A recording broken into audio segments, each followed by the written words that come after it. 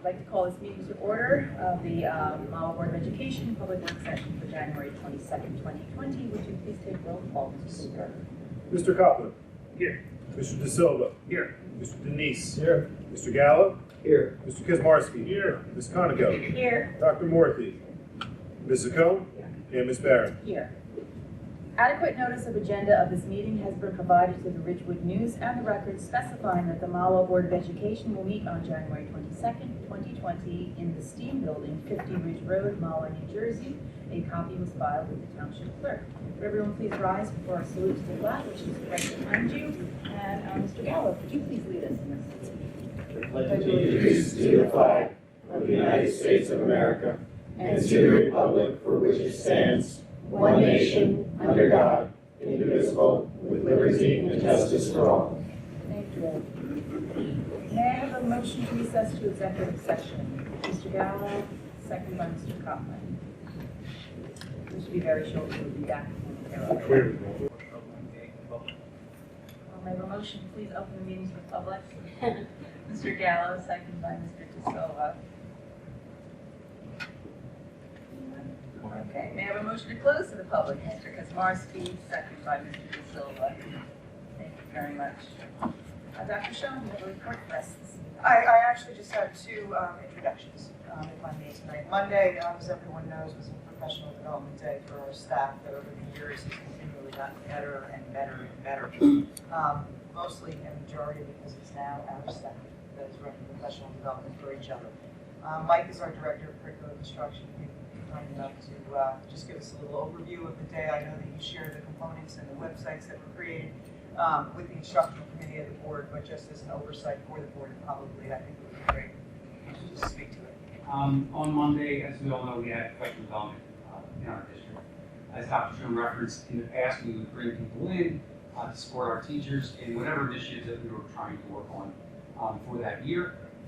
Over the past couple of years, we've gotten feedback from our teachers, and we've really developed it and refined it to meet the needs of our ever-changing education structure. So with that being said, we identified a couple different things. Number one, in order for PD to really work and be effective, we need teacher buy-in.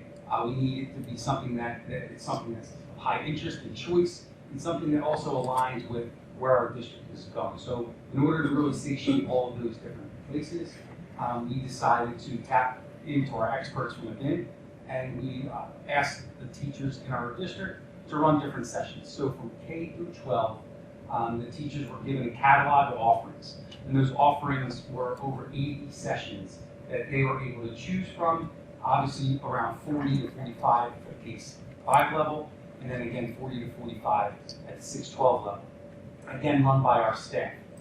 They were broken up into probably about 3 different themes. The first theme was social emotional learning and mental health. The second theme is tech integration and practices, and the third theme is really curricular and instructional practices outside of that tech and innovation realm. That took place in the beginning part of the day. The secondary was housed at the high school, elementary was housed at JK, and throughout the day the teachers went from session to session, the ones that they chose, and they sat in and they learned in the different sessions. That was the end of the first part of the day. As we all know, Monday was Martin Luther King Day. We felt it was extremely important to honor this very important moment and the theme of service, as Martin Luther King Day has been in existence for the past 25 years. And we decided to bring together our Mahwah community and really try to do our best to have a positive impact on others. So the K-5 community decided to engage our students.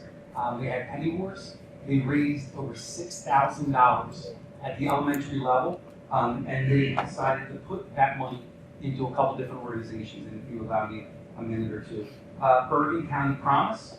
We donated winter gloves and hats, large boy pull-ups, paper goods, as well as we cut a check for over $1,700. For the Center for Hope and Safety, we donated diapers and wipes, baby monitors, and also cut a check for over $1,700. Last but certainly not least, we had our staff come together and put together kits for the homeless. And those kits contain socks, hats, deodorant, toothpaste, toothbrushes, razors, different things that they would need. We put them together as a collective group, wrote notes of encouragement, and we're happy to report that the Bergen County Prosecutor's Office is coming tomorrow to pick them up. They're bringing them to a shelter, a homeless shelter in Hackensack. And ironically enough, next Wednesday, they're having an event called Project Homeless Connect. That's where people can come in, they can get meals, haircuts, and they're going to be handing out the kits next Wednesday. So it's a really exciting and a proud moment for our community. At the secondary level, Stacy Mandel, which is, she's up here at the high school, she was wonderful in organizing an event for all of our secondary staff. And it was wonderful to see everyone come into the cafeteria, and there were different stations set up in the cafeteria. And the focus at the secondary level was a letter writing campaign for our vets, for patients in hospice, kids that are hospitalized, and they also made blankets for preemie babies. So it was a really powerful moment for our administrative team and our staff to take part in such an important focus that we feel that we didn't want to let that important day go by without Mahwah coming together and doing something for others. And it was really exciting to just check in with the different teachers across the K-12 throughout the day. They were excited about the opportunity to learn from each other and have a choice of where they wanted to go and what their passion was. But this is new for us, and in the afternoon that was new. And definitely something that we want to continue year over year, because it's really important for us as a collective group to come together and have a positive impact on others. So it's definitely a point of pride for us. If you haven't seen already, if you can go on to on our website, our Twitter account, we try to post a ton of pictures to memorialize that. And we're also going to take some pictures tomorrow when the Bergen County Prosecutor's Office comes to pick up those kits. Because we just feel it's important for us to showcase the power of the Mahwah community. So, thank you. And congratulations to you, Len, for putting that together, and for your team of Jen Dubaki and Ruth Davis, who worked by your side to make sure the websites were up and going, and everything was planned accordingly. Jen Dubaki was instrumental as far as putting things together, along with the elementary principals and John on the secondary level. It really takes a team to do what it is that we did. And being at JK during the time that it was going on, people were really moved by what it was that they were doing and really getting into it. After a day of learning, to sit down and to do something for others is so very much the Mahwah way. And it was great to see that all putting together. Final comments are, I think Mike said it perfectly in response back to an email to you yesterday, Dr. Toro, which was Twitter was on fire. And it was on fire not only from the posts of all of us, but by teachers saying what it is that we did today. So it was a win-win. It really was an awesome day. The second piece of my superintendent's report, again, is another introduction. We're having our meeting in here today, and it makes sense not only with the coffee of the board piece, but also with the fact that we have John Pascal, High School Principal, Daniel Colway, Supervisor of Mathematics, and Dennis Jarvis, our Supervisor of Science, 6 to 12 here as well, to give you the State of the Q report. So we did a play on the State of the Nation and the state of everything else, but we did the State of the Q. We did present it to the instructional committee already. I think you will be incredibly impressed from what we've had, how far we've come, and what we plan on doing in the future. So with that said, I'm going to turn it over to John. Good evening. So the State of the Q, we are one semester, we're almost at the end of the first semester of being in this building. And I can tell you, when I walk over to this building every day, I still have the same reaction. I walk in and I go, wow, I just can't believe we were able to get this together for our kids. And the experience that students are having in this building has just been overwhelmingly positive. And kids really enjoy coming to the facility. So when we put the presentation together tonight for the State of the Q, we thought we would do past, present, and future. Okay? So I'm going to talk a little bit about where we were. Our supervisors will talk about where we are and then where we're going, so that you have kind of an overview of the space. Okay?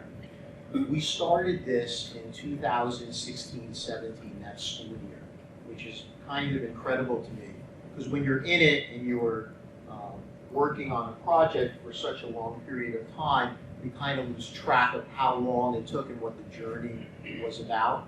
So this is the PowerPoint that we used in 2017, and what I did is I put in the pictures, or kept in the pictures, to show you what the space used to look like, okay? The space that we hosted our STEAM programs in. So here is our robotics closet.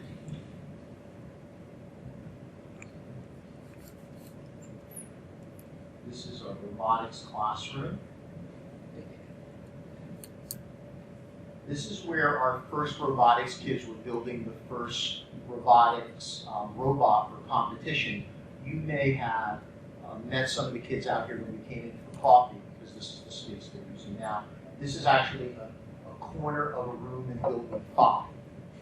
Okay, boarded up windows, very little heat, no computer access.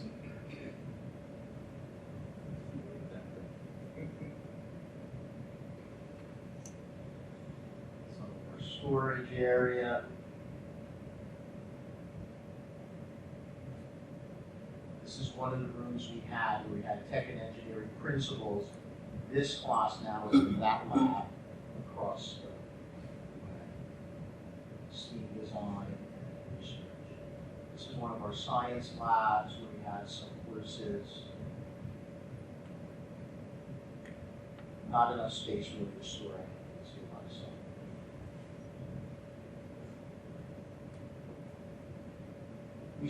We still display student art in these areas, but now with the cube, we're able to display art in other areas. Professional development used to take place in classrooms. Or if we had a meeting and people were coming, we would go to a teacher and say, hey, do you mind, you can't be in your classroom today. Can you go somewhere else? So now this is our professional development room. It functions for professional development, for staff development, for district meetings. Kids use it as a classroom sometimes. It's a big enough space where we could bring 2 classes together.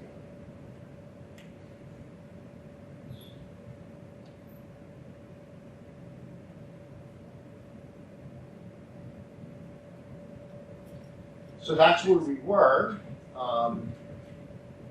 Before I hand it over to the supervisors, I've been here 28 years. Okay, I've been to a lot of high schools. I go to a lot of high schools all over the place. Our facility here is just outstanding, and we couldn't have done that without you, without your support, without the board support, without central office administrators, without our team of teachers and our supervisors, and without support from the community. So I want to really thank you on behalf of the high school community for all of your support and for this facility. We have a lot of kids moving through here every period of the day. They can't wait to get here, and they love to be here. The 2 supervisors who primarily took on the responsibility for getting everything up and running in this area are our supervisor of mathematics, Daniel Cole, and our supervisor of science, Dennis Jarvis. I wanted to thank them for all of their work. There's a lot of detailed work that goes into setting all this up and making sure kids have the equipment, the supplies that they need. And I also wanted to thank our teachers who are on our TQ team who work in this facility with kids. It's been a great space for them, and they are creating great experiences for kids. And you can see some of this, some of the work kids are doing. So Dennis and Danielle, let me go to this. Is this touchscreen? Yes. You're gonna. Yeah. Good evening. So we wanted to speak to, well, I guess, as John alluded to, we've been here for just under 5 months. You think of the journey, it's been about 3 years. And now we've been living in this building for about 5 months. So we wanted to speak to how the building has really addressed our needs. As John pointed out, the need for space. You can see, the facility itself is gorgeous. Plenty of space for the classes, for the kids. We wanted to speak to how the building's addressed our technology needs to support those classes, whether it's the hardware, the software. We have all the toys, and we like to call them toys down here, that we could ever want for our classes and the kids. And the last piece is we wanted to address the fact that we in thinking about being future ready, building the building with that purpose, that we don't know 5, 10, 15 years down the road what it's going to look like in terms of education.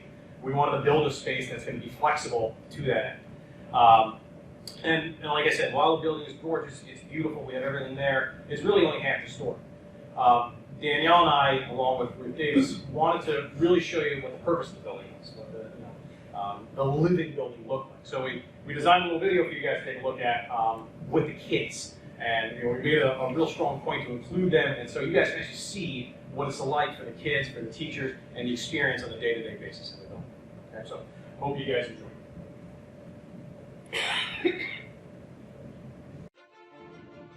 Welcome to the Thunderbird Think Tank. It began with a vision. This vision needed a home for our students and the ever-expanding 21st century curricula. In May of 2018, construction began on the Thunderbird Think Tank. For the next 15 months, the Thunderbird community watched and waited as our STEAM building took shape. On September 10th, 2019, the official ribbon-cutting ceremony took place. Members of the Mahwah family, past and present, came together to celebrate the culmination of years of planning while officially opening the Thunderbird Think Tank. Under the newly constructed covered walkway connecting the main high school building to the Thunderbird Think Tank, students make their way to their classes. As our students enter the Thunderbird Think Tank, or T-Cube as it has become known, they are then challenged to take the next step: imagine, innovate, and inspire. The open space in T-Cube allows students the venue to freely collaborate, communicate, create, and think critically. One of the many courses housed in the open space in T-Cube includes AP Computer Science Principles, whose students utilize Samsung Galaxy tablets, along with the HP EliteBook 360 laptops, coding in MIT's App Inventor. Located in one of our 2 laboratories in T-Cube are the new biotechnology engineering classes. Here, students are seen learning how to use micropipettes in order to extract DNA fragments so that they can run DNA gels in our new Mini 1 gel electrophoresis chambers. Also among our new course offerings is T-Cube, Innovations and Inventions. Co-taught by technology and art teachers, the Innovation and Inventions classes occupy the front lab in T-Cube. Here, students make use of 3D printers, a laser cutter, and a CNC router in order to solve and improve engineering-based problems.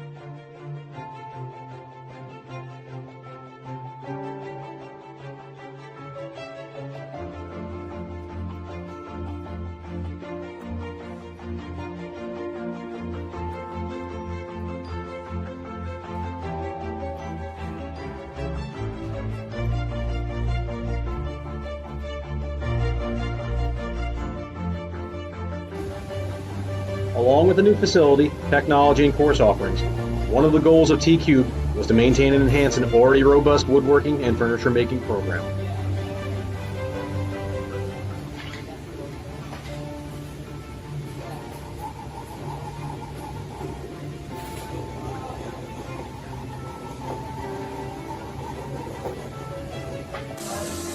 Incorporating some new CNC router technology along the way.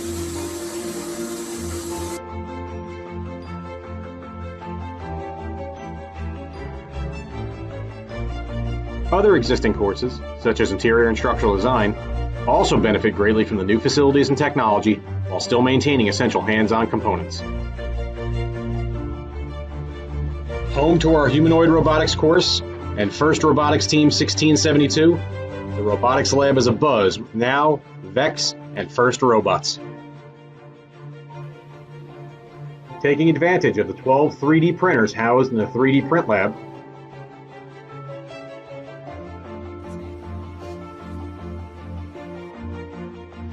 VEX Robotics students created their instruments for their VEX jousting competition. The Robo T-Birds proudly inhabit the Robotics Lab, already eagerly working towards the team's competition season this winter.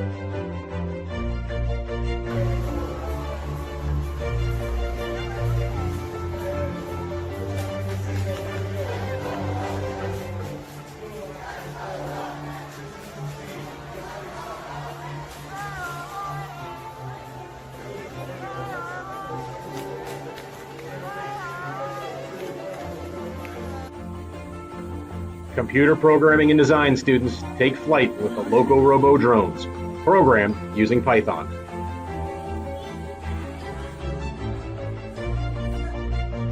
In the already iconic cube, the namesake of our new facility, the art department proudly displays both alumni and current student work.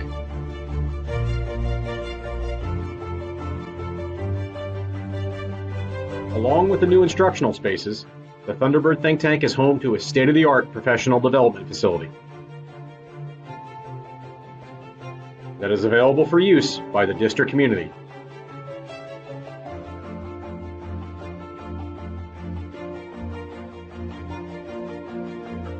The Thunderbird think tank mission statement is proudly displayed outside the art gallery for all visitors to see. T-Cube, preparing tomorrow's global thinker today.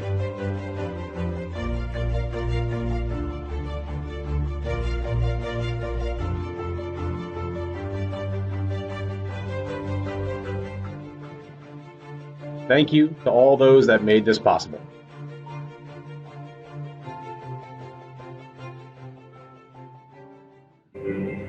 Just look at chills every time. Thank you to all those that made it possible.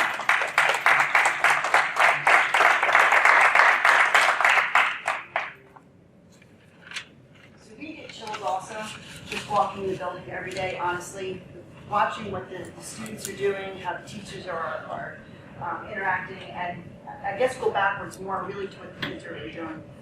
So speaking of the future, in the immediate future, what we're looking to do in a robotics realm, just to give you some specifics. So these little guys are drones. Our students in computer programming and design are not only going to fly them like they were a video game, but they will program them in Python to go through an obstacle course out in the open space, something that we would not have been able to do in Kim Losch's room back in the main building, right? So that's something that we've been able to do.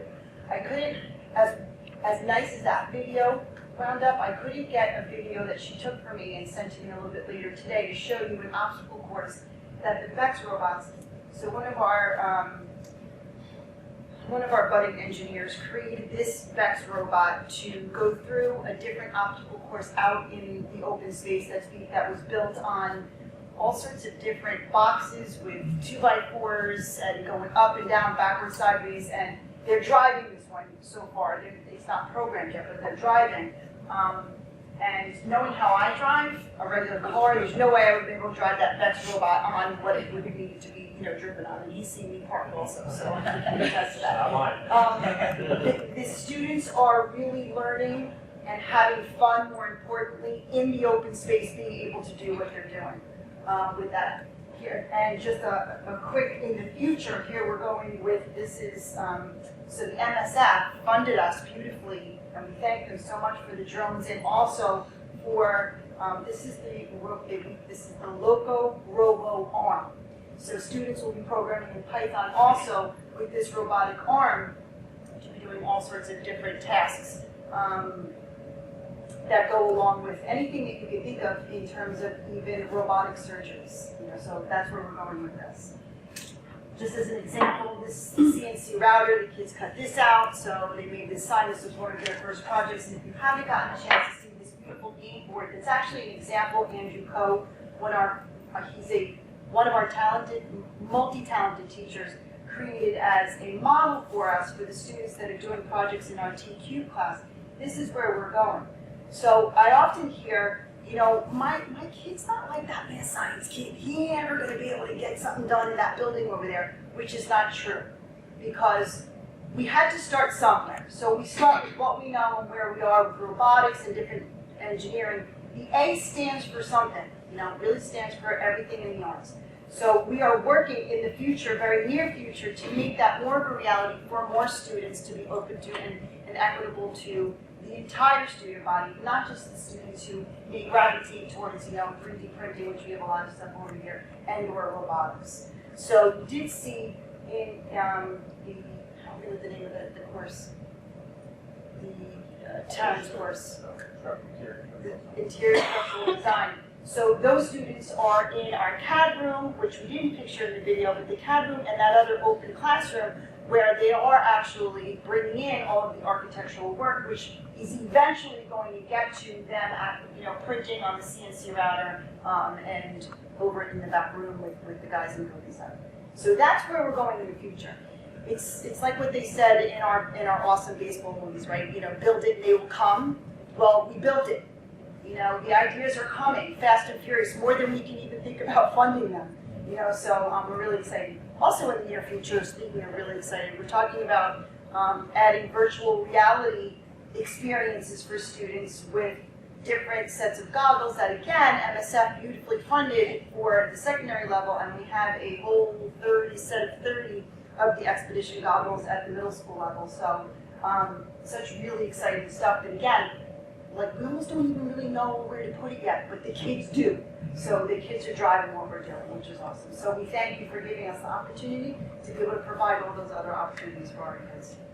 Thank you. Thank you. Very, very much.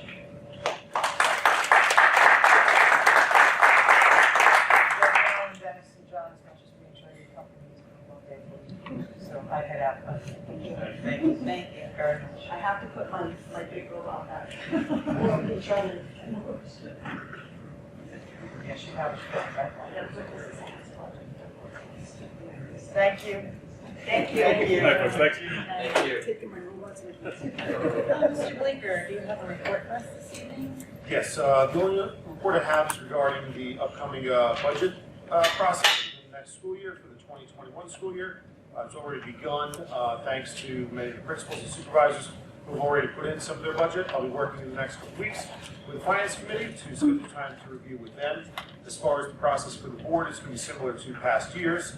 At one of our March meetings, we're going to approve a resolution to submit the budget to the county for review at their level. And then at the end of April, early May meeting, we'll have a final adoption of the budget for the 2021 school year to be put in place shortly afterwards. So that's the update on the budget. Again, more will be forthcoming as it develops. Thank you. Mr. Fair, can you report for us this evening? Yes, a brief one, but an important one. In front of all board members, you have an updated copy of kindergarten registration for the 2020-2021 school year, and along with the notification that's going to go out to the community, which will be sent out on February 3rd. So for the first time in our district, instead of families going to their buildings to register their child for kindergarten, we're going to be doing a centralized registration process in hopes to build community, have consistency in terms of our overarching organization here, and it's going to be housed here at in this room. So we've been meeting with building administrators, the building secretaries. They're more than enthusiastic about this shift, and we're going to have everything set up. We're going to have the pre-registration portal established and up, and the notification will be going out on February 3rd. The flyer will also be emailed out and printed in local newspapers. So we're excited. This is going to be awesome, I think, for our district as far as consistency. Dennis started talking about this a couple of months ago. We went to some training on districts who were doing it already, called Connie Lee. Wanted assistance along with them, and together they have created these documents, and they're going to be, they led already some initial training with their secretaries. But the fact that it is a consistent process on this campus, in this room, I think is really exciting. So thank you, Dennis. I think this is good. We're also really excited to have kindergarten parents gain some access to what this looks like, and it will be during the school day, so they'll be seeing it in action through the windows, which will be really, really nice. Yeah, imagine you're registering your kid, you take a picture today, and they go through the whole program, and they end up here, and they, it's unbelievable. Yep. Awesome. Great. Thank you. Thank you. Let's see myself. Okay. Let's see. First of all, I want to thank the Community Relations Committee for coming up with the idea of coffee with the board. I think it was great to have the community come in and get to meet us as board members, and we get to talk to everyone else. And I really appreciate it, and I want to thank the administration for getting on board with that and having it all work out. Thank you very much to everybody. We have to congratulate 12 Mahwah students who were accepted into honors assemblies for the North Jersey Region Band and Orchestra and Chorus. Auditions for the North Jersey Region Band Orchestra and Choruses were held last weekend, and 12 Mahwah students were accepted into honors ensembles. Senior trumpeter Matt Slopbauer was accepted into the Region Wind Ensemble. Juniors James Kale and Anthony Gracefo were accepted into the Region Orchestra on string bass. Accepted into the mixed chorus were seniors Sophia Garvin, Olivia Leto, Aaron Lockwood, Dante Mejia, Aiden Mossman, and Rebecca Solomon, and juniors Madison Anton and Anthony Gracefo. Sophomores Paige Liloya and Aaron Ryan will be singing with the treble chorus. A special recognition goes to Aaron Lockwood, who tied for first place in his section, and Ollie Leto, who placed second in her section, and Anthony Gracefo, who was successfully auditioned for both orchestra and chorus. So congratulations to all these musicians and their teachers. I also brought to my attention that our sophomore, Isabella Gomez, was invited to train in Argentina with the women's U17 national team. So congratulations to Isabella. And then also there was an article in Mahwah Patch about a third grader, Gary Leshinsky, I hope I pronounced that correctly, who's ranked 26th nationally in the top 100 among 11-year-olds, which is in itself phenomenal.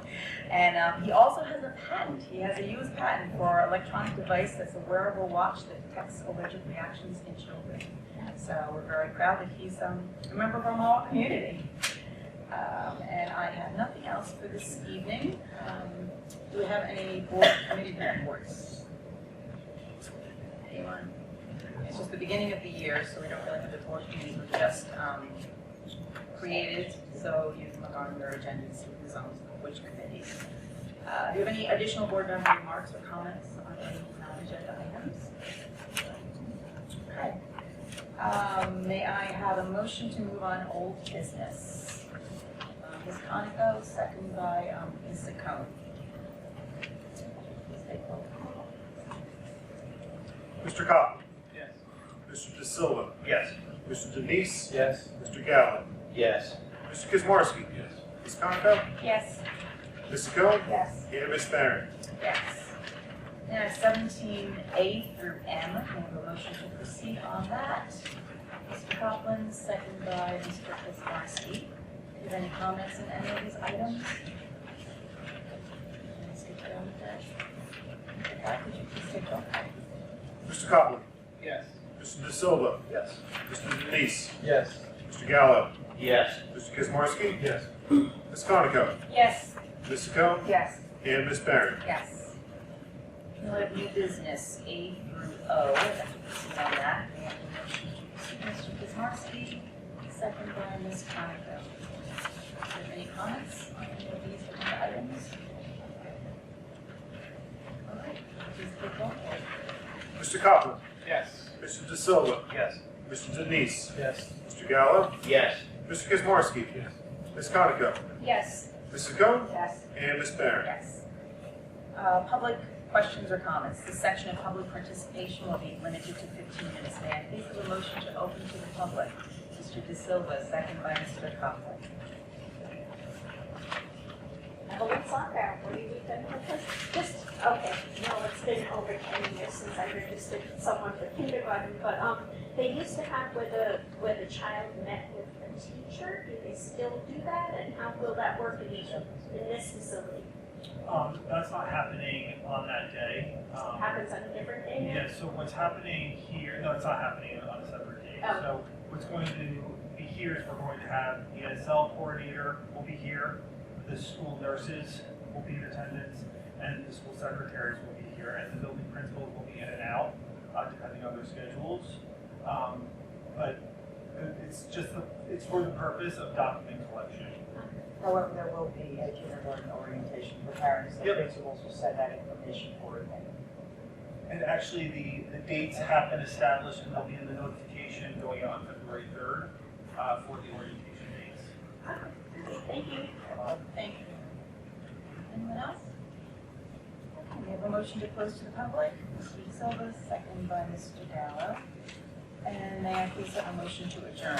Mr. Kuzmarski, second by Ms.